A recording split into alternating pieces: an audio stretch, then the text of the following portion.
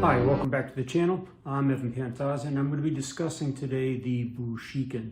Now, the Bushiken is a thumb fist or a thumb tool or weapon, and it was found in the Bubishi. But before I go into it, let me explain that I believe there are 4 Bushikens.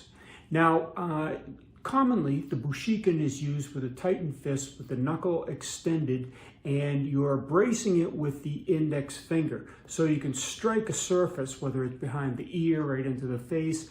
That's your choice. Now, the second Bushiken, which is trained heavily by a lot of martial artists, and they make it a formidable weapon.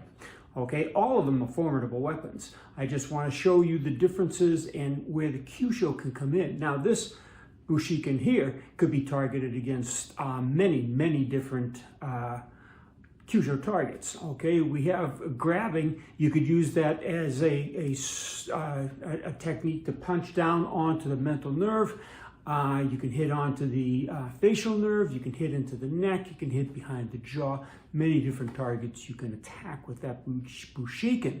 Now that would be a arcing action, okay? You have to have an arcing action or even a punching action. Now the punching action is a little riskier because you can risk pulling that knuckle out of place. Say you slam a little harder, a little deeper onto the thumb than just clipping the tip of the Bushiken, and you clip here and it actually drags down the finger and dislocates the thumb or causes joint damage or stress or whatever, pain, okay? And that takes you mentally away from the fight just a little bit.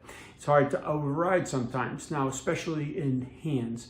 For some reason, a man that hurts his hand, they're incapacitated a lot longer than if you got damage or pain anywhere else on your body. Now, the second Bushiken that many martial artists train to extreme, the Weichi practitioners in particular, is the head of this knuckle, but jamming forward as in a nukate, okay? And it's called the Bushiken, where again you're striking. Now, this is perfect for soft targets like the transverse cervical nerve in the neck, windpipe, eye. There's many different places you can use this. I use it a lot as I'm grabbing onto someone's jaw and hooking it down like a can opener because I'm hitting the mental nerve and causing that neck to turn or release the nerves to release the muscles of the neck and shoulders, and that causes the weakness to turn the person's head for a further choking technique, for a pull back. That's it for an extreme case. You do that with the reticular activating system to cause unconsciousness, but it's pretty dangerous. And if you're in an adrenalized state, that's going to be very dangerous as well because you're probably going to hyperflex the vertebrae of the neck and cause permanent damage or severe damage, let's call it that. So that's the second Bubishi. And again, you can bang it on things. You can train it very well to get in very solidly into the Kyusho targets. The third Bushiken, which is my personal favorite, comes directly out of the Bubishi. This can be utilized in many different styles, from White Crane to Wing Chun. The Bilji especially shows the practitioners how to use that. I've gone over this in numerous times because this is one of my favorite tools. Now in the Bubishi, the hand is shown with the fingers flayed out, and that's because this knuckle is the Bushiken, the thumb knuckle. This is called the iron bone hand. It is the longest and strongest bone in the hand. This bone here is pretty strong, okay, but it's not supported with strength on either end with the joints.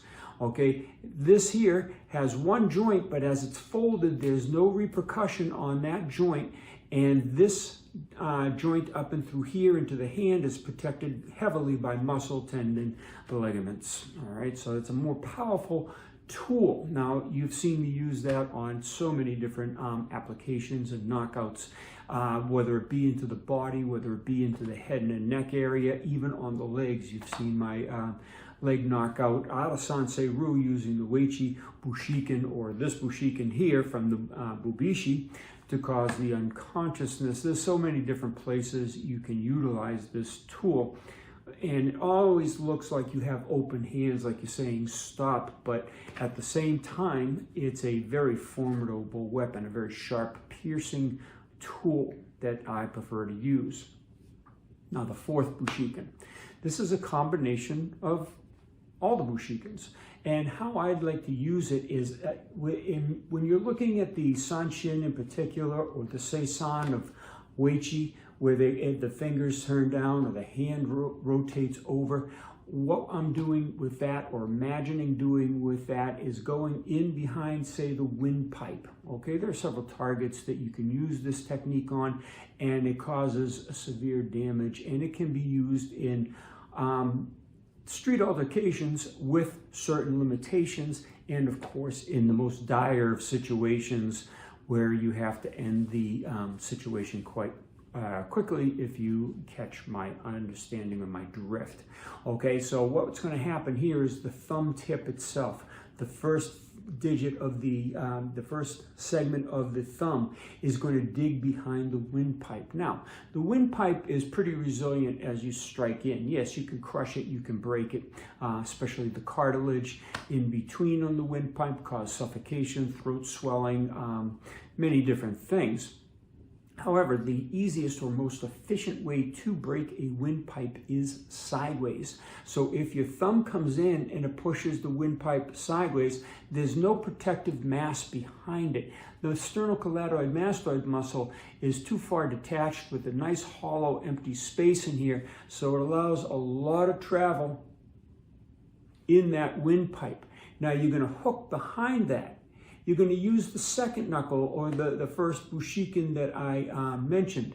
That is going to dig right into the carotid artery, the phrenic nerve, and or the vagal nerve. Okay, if you go deep enough, there's a lot of nerve structures. Those are the main ones, the phrenic and the vagus nerve especially. Those will cease breathing, cease heart rate, and many other organic functionalities.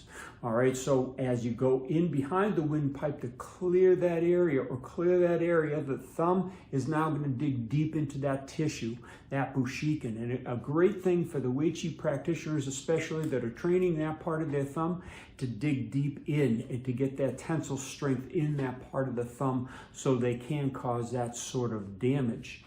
Now, the third Bushiken, this one here, as you push that out of the way with the thumb, you're going in with that Bushiken, you're striking on the nerves, transverse cervical nerve in particular, but there's other nerve structures laying superficially on the sternocleidomastoid muscle that could be hit downward. And this is all going to be doing a downward corkscrewing action to get into that technique. So that's your action on the Bushiken.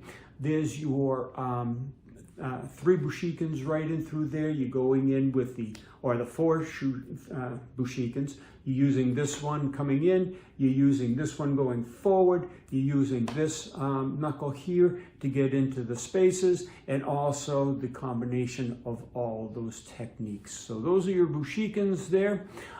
There's 3 main Bushikens, this one, okay, and this use right in through here, and how you use it, going forward or sideways, laterally, okay, or forward to this, or forward and down, or downward, even upward with this, your choice, or the grasping one. And this escalates into the 3 animals, or the 2 animals I'll particularly describe here. I don't want to get into the third rendition of this, but the tie or the crane would be the striking aspects, striking around, okay, striking straight in, okay. Those are the crane essences of this Bushiken.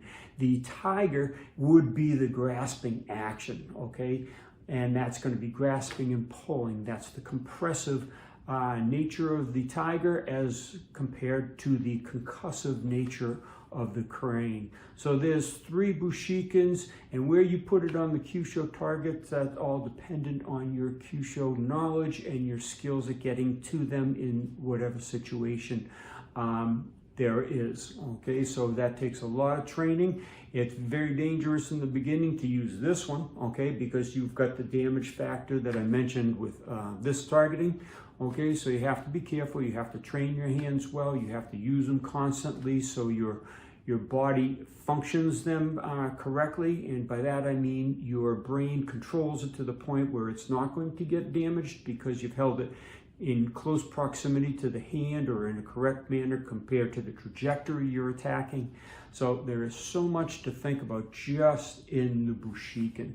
So I hope you enjoyed that, and you can take a look at other videos on the Weichi-Ryu Pangai-Nun system in particular that I get into quite a bit, and that will just expose just a little of the possibilities of your Sanshin, your Seisan, your Sansei-Ryu, and all the other katas that the Weichi Pangai-Nun practitioners practice. And I should make a correction.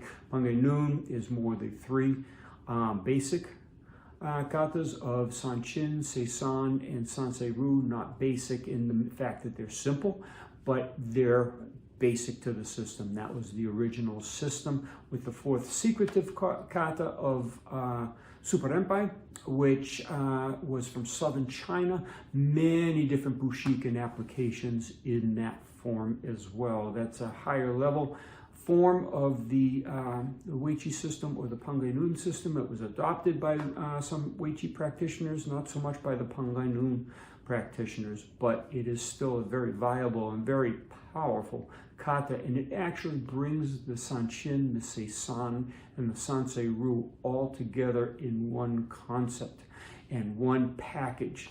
And it's a very long kata, very involved and very advanced because it uses the 6th hand that I don't usually talk about, and it uses it in a way that makes it very viable and adaptable to combat. So thanks for watching. I hope you enjoyed this segment. Keep watching, we'll bring you more.